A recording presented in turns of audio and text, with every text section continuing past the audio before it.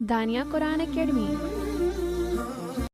یہ قرآن وہ رستہ دکھاتا ہے جو سب سے سیدھا ہے، اور مومنوں کو جو نیک عمل کرتے ہیں بشارت دیتا ہے کہ ان کے لیے اجر عظیم ہے۔ نحمده ونصلي على رسوله الكريم، اما بعد فاعوذ بالله من الشیطان الرجیم، بسم اللہ الرحمن الرحیم۔ السلام علیکم ورحمۃ اللہ وبرکاتہ۔ امید ہے آپ سب خیریت سے ہوں گے، انشاءاللہ جہاں ہوں گے ایمان اور صحت کی نعمت سے مالا مال ہوں گے۔ ہاں جی، تو آغاز کرتے ہیں ہم اپنے آج کے سبق کا دعاؤں کے ساتھ۔ تو چلیے شروع کرتے ہیں۔ اللہم صلی علی سیدنا و مولانا محمد وعلی آل سیدنا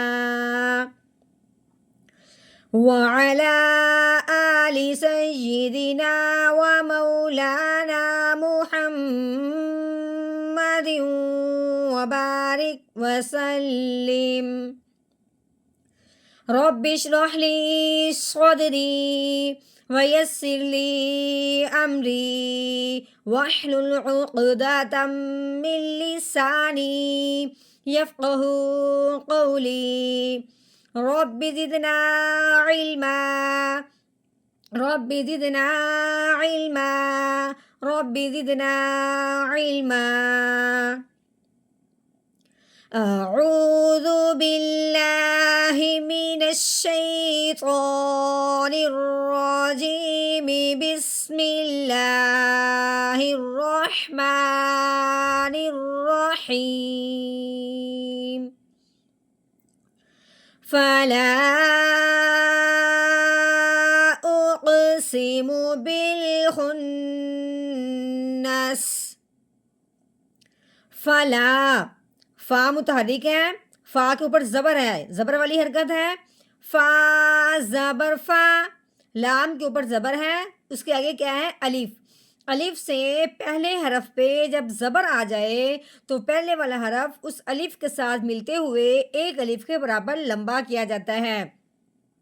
اب اس کو ہم نے کرنا تو ایک الف کے برابر لمبا تھا، لیکن اس کے اوپر مد آنے کی وجہ سے اب ہم نے اس لام کو الف کے ساتھ ملاتے ہوئے 3 الف کے برابر لمبا کریں گے۔ لیکن اس کے بعد جب ہم نے آگے دیکھا ہے، آگے یہ ہے الف، الف کے اوپر کیا لگی ہوئی ہے؟ پیش۔ الف کے اوپر زبر زیر پیش آ جائے اس الف کو حمزہ کہتے ہیں، الف نہیں پڑھتے۔ ٹھیک ہو گیا؟ اب ہم نے یہ کہنا ہے کہ اس مد کے بعد کیا آ گیا؟ حمزہ آ گیا۔ ہاں جی، مد کے فوراً بعد اگر حمزہ آ جائے، اسی کلمہ میں آئے یا پھر اگلے کلمہ کے شروع میں آئے۔ اب یہ اسی کلمہ میں نہیں آیا کیونکہ فلا ایک کلمہ، اقسم ایک کلمہ، مطلب یہ ہوا کہ مد کے فوراً بعد حمزہ آیا ہے لیکن وہ اگلے کلمہ کے شروع میں آیا، یعنی کہ ان دونوں میں تھوڑا سا فاصلہ ہو گیا، لیکن درمیان میں کوئی بھی نہیں ہے، کوئی اور حرف نہیں ہے۔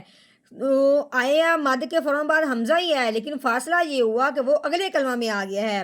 اب فاصلہ ہونے کی وجہ سے اس مد کا نام کیا ہو گیا؟ مد منفصل۔ کیا بن گیا؟ مد منفصل، یعنی کہ فاصلے والی حمزہ اور مد میں فاصلہ ہو گیا، لیکن چاہے وہ فاصلہ ہو یا مد اسی میں آئے یا مد اسی کلمہ کے ساتھ حمزہ کے ساتھ آئے یا حمزہ دوسرے کلمہ میں آئے، اس سے فرق اس کے کھینچنے میں نہیں پڑے گا، صرف اس کے نام میں فرق پڑے گا۔ اگر تو حمزہ اسی کلمہ میں آئے پھر مد متصل کہتے ہیں کہ حمزہ اس مد کے ساتھ ملا ہوا ہوگا، متصل مطلب جڑنا ملنا۔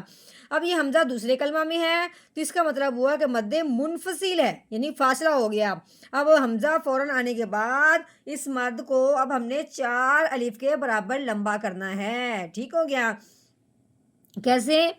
لام الف مد زبر لا، فلا۔ ہاں جی، اب ہم نے حمزہ کو قوف ساکن کے ساتھ ملانا ہے کیونکہ اب یہ حروف قلقلہ ہے۔ قوف کیا ہے؟ حروف قلقلہ ہے۔ حروف قلقلہ کے اوپر جب جزم آ جائے، حروف قلقلہ جب ساکن ہو جائے تو اس کو کیا کرتے ہیں؟ ہلا کے پڑھتے ہیں، اس کو قلقلہ کر دیتے ہیں۔ اب کیا کرنا ہے، کلکلے کا مطلب کیا ہے؟ جس طرح ہم ایک گیند کو دیوار کے اندر مارتے ہیں اور وہ واپس لوٹ کے ہماری طرف آتی ہے، اسی طرح ہم قوف کو ہم نے اس طرح ہلانا ہے کہ پڑھنے کے بعد لفظ ہماری طرف واپس لوٹے۔ اب ہم نے پڑھنا تھا حمزہ قوف پیش اق، اس طرح ہو جاتا ہے ساکن، لیکن یہ کلکلا نہیں ہوا۔ اب ہم نے اق کرنے کے بعد اس کو واپس لینا ہے، کیسے؟ حمزہ قوف پیش اق، ہمارے پاس واپس آ گیا، ٹھیک ہو گیا۔ اس کو ہم نے کلکلا کیوں کیا ہے؟ خوف حروف کلکلا میں سے ہے، حروف کلکلا کو ہم نے کیوں ہلانا ہے کہ یہ ساکن ہو چکا ہے، ٹھیک ہے۔ سین زیر سی، اقسی، میم کے اوپر پیش لگی ہوئی ہے یعنی کہ ضمہ بھی اس کو کہتے ہیں، میم پیش مو، اقسمو، ہاں جی، با کے نیچے کسرہ، اب اس کو کسرہ بھی کہتے ہیں، اس کو زیر بھی کہتے ہیں۔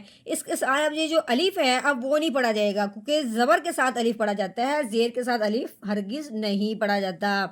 اب ہم نے اس با کو اس لام ساکن کے ساتھ ملا دینا ہے کہ لام کے اوپر کیا لگی ہوئی؟ جزم لگی ہوئی ہے، لام ساکن ہو گیا، تو کیسے پڑھیں گے؟ بالام زیر بل، کیسے پڑھیں گے؟ بل۔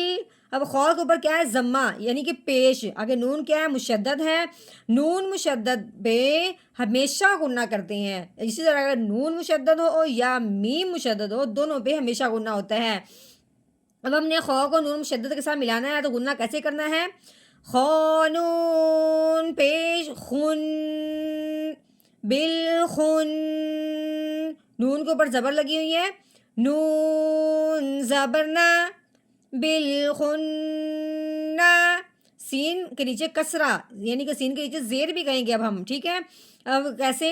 سین زیر سی، بالخنہ سی۔